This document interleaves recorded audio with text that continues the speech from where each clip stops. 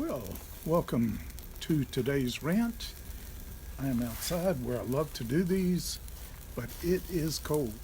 I don't even think it's gotten out of the 30s today, but the wind's not blowing, so I'm good. But anyway, we've been doing praying and fasting as a church. We're on a 21-day fasting and prayer cycle, and really appreciate the turnout. The prayer meetings, you don't always want a lot of people. As one friend of mine used to say, in prayer, four of a kind beats a full house, just like in poker. And I think that's true. I think unity is preferable to numbers in prayer, but there are signs too. There's scriptures that indicate the weight of our prayers, the number of our prayers, and all also get counted in heaven, that do mean something. So it's not that numbers don't mean anything, it's just that, unity is preferable. Well, we're having both. Having hundreds of people turn out to our Wednesday night meeting to pray, and we're also got a lot of people who watch us online and all who've joined in with us. We've we have regular prayer in our Bob Jones Vision Center, little building we fixed up. Used to be the tram stop at the old Heritage USA or PTL. Fixed that up as a prayer center, and the few times I've been able to get over there, it's been full. Couldn't hardly find a seat.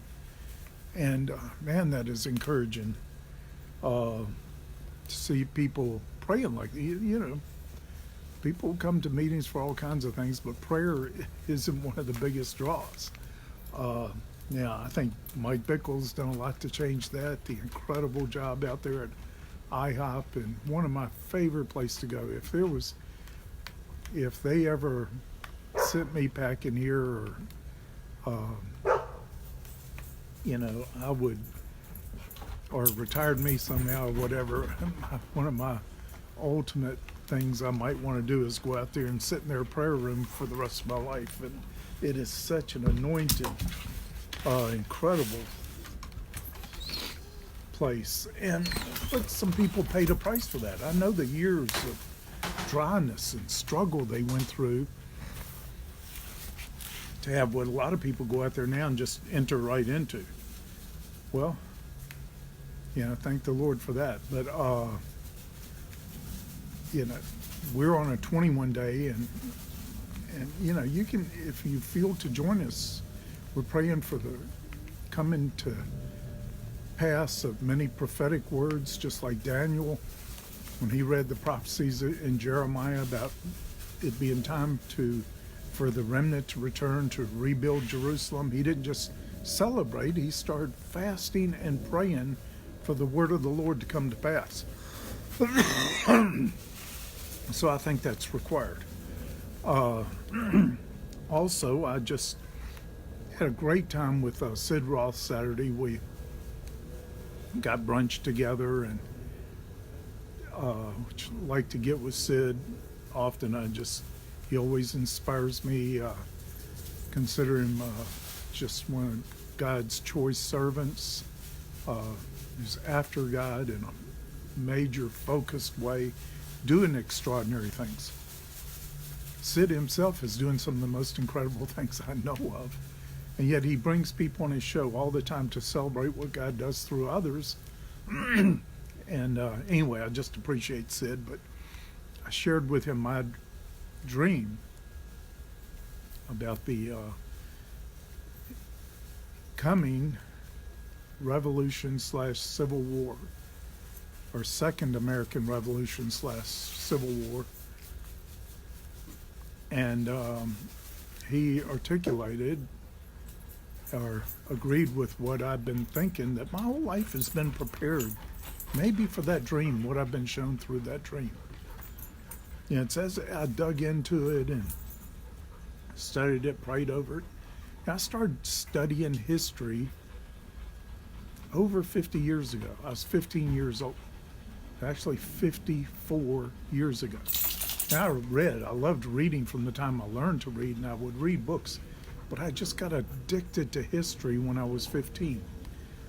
Loved it, and I grew up in Richmond, Virginia, which was the scene of probably most of the Civil War battles. The single place that had the most around it. So I actually lived on what was a former battlefield. My sister still lives there, lives on what was a battlefield. They live about just a couple of hundred yards from Patrick Henry's house. And in the Revolutionary War, and they live maybe 400 yards, 500 yards from the Pole Green Church, which has been called the womb of the Revolution. So I grew up in that history. Patrick Henry made his famous speech, "Give me liberty or give me death," right there in Richmond. And, anyway, I grew up in the history, and though I've studied all kinds of history, I've studied world history, I've studied, I have to occupy my dogs, studied world history, church history, some countries I focused on. I love Russian history, I love the Russian culture because I love the Russian writers and composers. But my study's been diverse, but the main focus I've kept coming back to is military history, and a lot of it's centered around our Civil War, and Revolutionary War. Where I sit right now is just a few miles from where General Cornwallis and the British Army camped before being driven out of this place by the local militia, who kept firing on them. He called them Hornets.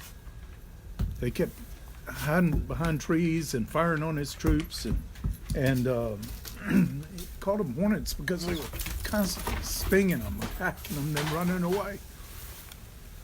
Well, it so bothered them, they left here and started moving through North Carolina up into Virginia, and the Mecklenburg militia didn't leave them alone. It followed them, kept on attacking them, and drove them to Yorktown.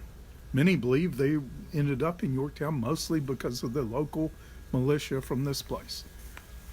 And all that happened all around where I'm sitting now. So we had the Battle of Kings Mountain, Cowpens are very close to here, and other Revolutionary War battles. I grew up in Richmond, but now, because of all that study of years, things about that dream just fell into place, and I understood them. I don't think without that study I could have understood a lot of things that I did. So I'm unpacking it, and I'm writing it for our Words for the Week. I'll be releasing a new word each week on the insights and things I've gained from it. And but Sid said that same thing. He felt like my whole life had been prepared maybe for this message. And it gets deeper and wider at the same time, and higher, I think. So that's one of the things I want to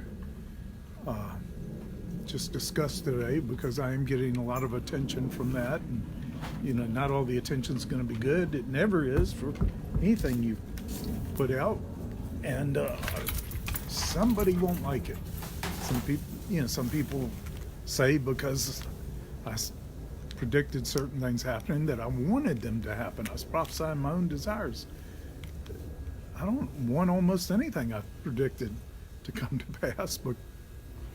And you say, I don't want something that hurts other people to come to pass just because I look like a more accurate prophet. That, to me, would be one of the most selfish things you could do.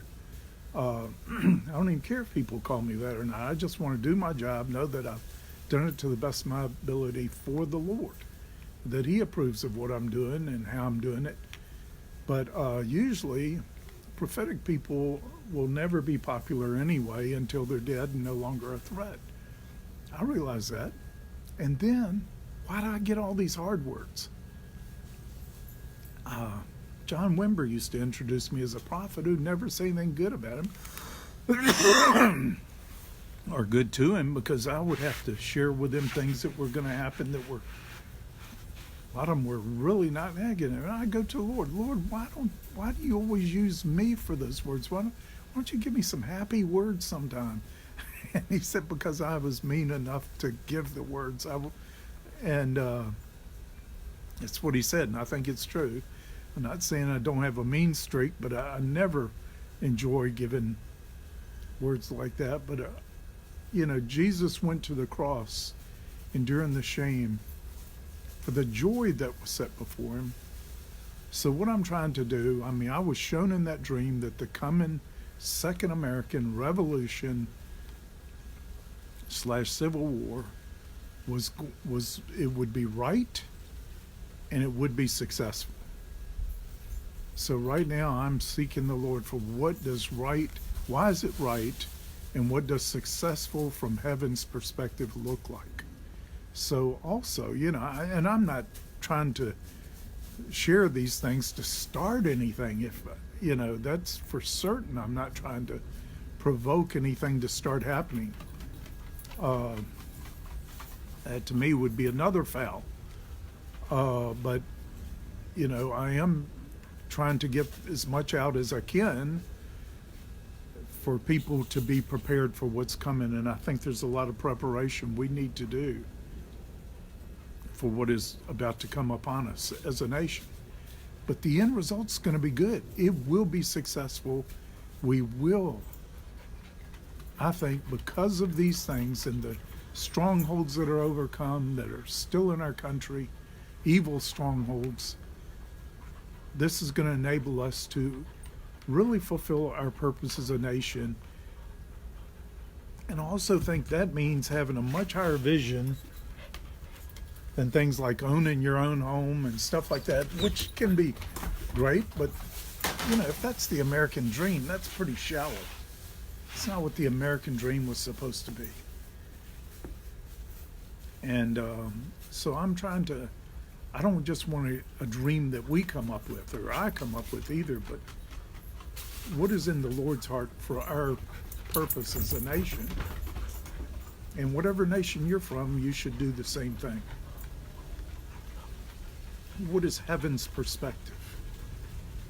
Not just on our history, but on our future. So anyway, I've been occupied with that just hours and hours every day. And it's one of the main things I'm doing. Excuse me, I've had a little cough lately, a little cold. But I think it's worth it. I have just felt like in some ways I've hit the mother lode of revelation, and things just keep opening up. Okay, now there are I think many things that are coming also that are going to be hard, and I was especially poignantly shown how important it is for us to pray for our president, for all of our leaders, but especially to keep praying for him, and that he is under just relentless attack. Everybody knows that. You can see that. But for all of our leaders, that the kind of leaders would be raised up in our country that would be lovers of the truth and would love the truth so much. You'll quit for almost any reason but love. You won't quit if you love someone or you love something. And I'm praying for leaders that are lovers of the truth. I'm praying for 9 Supreme Court justices that are all righteous, just judges. And for all the unrighteous judges in our land to be removed from their places, however the Lord wants to do it. And but to get in righteous judges in our land, this is one of the major fault lines that is threatening our whole country and our republic, is what our founders warned about, judicial tyranny. But the righteous judges are raised up who will stay within their lane and understand how critical it is that they stay in their lane that was given to them by our Constitution, that I believe was given to us by the Lord. So, also the heard 2020 did a slam on Jim Baker the other day, the news program 2020. Her's just rehashing all kinds of stuff that happened years ago, whatever. They came and interviewed me for over an hour, I think, and very nice people. I enjoyed the people, always do. I also do not trust any of them. I don't think they used any of my stuff, because normally I hear about people, I saw you on 2020 or whatever. I never heard that, so they probably didn't use any of my interview, because I didn't say anything negative about Jim. I had nothing but positive things to say about him. And the other people that I know that did interviews with him, it was the same way, but they can still edit and use your stuff in ways they seem fit, that is usually sometimes a real distortion of the truth. And one of them that was interviewed extensively on that program just said it was so false. They just twisted everything, and he was really upset, and he's scheming ways to expose 2020 for how perverted they. But I take it as encouragement for Jim. Usually when you get attacked like that, God's about to promote you in a major way. He's going to do something great with Jim. And wait and see. Some kind of major promotion is coming, something from God. So that just happens. The Lord said, blessed are you when you're persecuted for righteousness' sake. And nobody's doing everything perfect, but I think I've been out there. I'm on Jim's board. I really appreciate what he's doing. I think it's right, true, and I'm just so thankful to watch the great things that God has done through him and his ministry, and gotten to know he and his family and Lori and all.